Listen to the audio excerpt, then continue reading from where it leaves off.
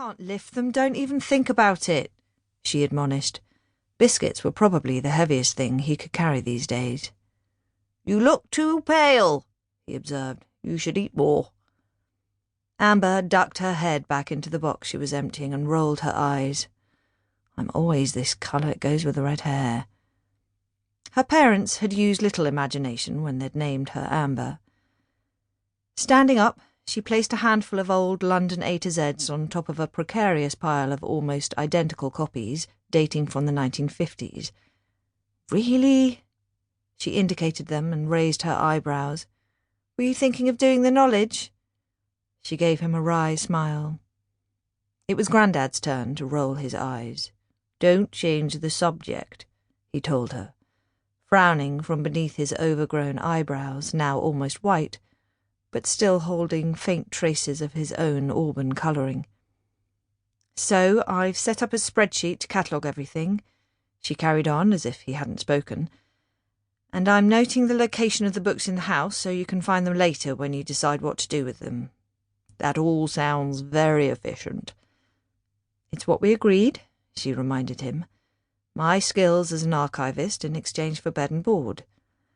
And a place to hide. She left the words unsaid. It's just as well I'm here for a year because I expect it'll take that long to log all your books. There are thousands. I knew about the library, of course, but I had no idea you'd filled the attics with who knows what. Well, that's the problem when you're a book dealer, he defended himself. At auctions, sometimes you have to buy a job lot when there's only one book you actually want. I imagine everything in the loft is rubbish, but it needs going through first.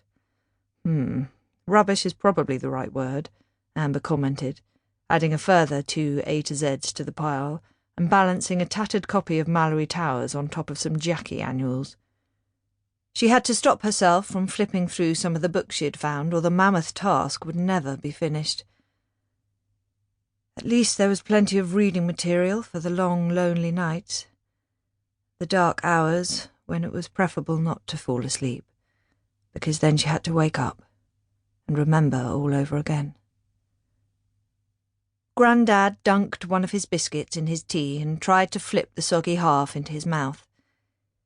These days his reactions weren't as fast as they once were, and she heard him curse under his breath as it plopped back into his drink, sinking out of sight. The stroke that had left him with an imperceptible limp and a slight slurring of words when he was tired had taken its toll on his left arm, leaving it weakened and, for the most part, useless. And being left-handed made the disability all the more cutting. After a lifetime of quick wit and lightning reactions, she could feel his frustration every day as the new body he inhabited failed him. "And how are you?" He was always tentative about asking, but she was fading more and more every day. Shadows darkened her face, and he could no doubt see pale blue veins tracking across her forehead where she had pushed back the strands of her short, wispy hair. "Oh, I'm okay."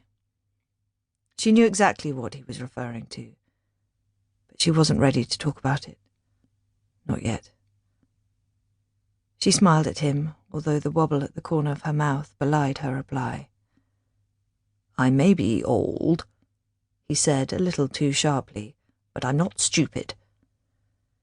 And as well as being as thin as a rake, you're looking washed out. You should eat proper food, not just soup and toast or cornflakes. It would help, you know." His mouth quirked, and he raised his eyebrows.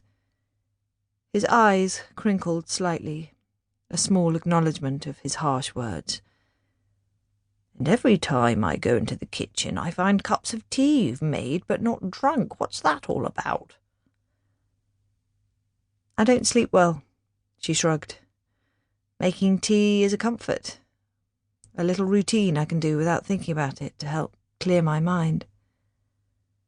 Sometimes it kept the demons at bay.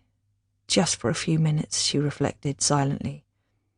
"And actually, I don't remember my eating habits being part of our agreement. I'm here for some peace and solitude and no nagging, thank you." She moved to another box and began to slam its contents onto the last